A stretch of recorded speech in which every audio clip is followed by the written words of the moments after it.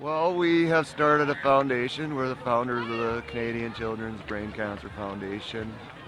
Our son Jordan died of a terrible, devastating tumor called diffuse intrinsic pontine glioma. Basically, we don't want people to have to go through what we went through. And the only way we're going to do that is to find a cure. You learn how much support you have, and it's very humbling, emotional. Lots of emotions going through you.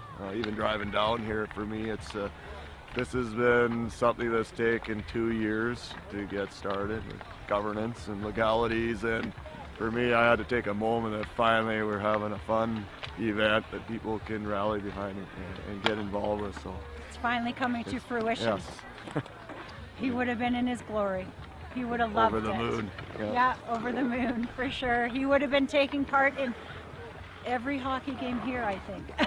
Trying to anyway, and he'd be skating around the lake. He would go nonstop. One of his Timbits hockey teammates has a shack on the lake here. That was one of his first outdoor skating events. The team came over and they had a big game, so that's a memory that's burned in our brains forever and ever. Yeah, so it made it very fitting that we're having our first event at the same lake here.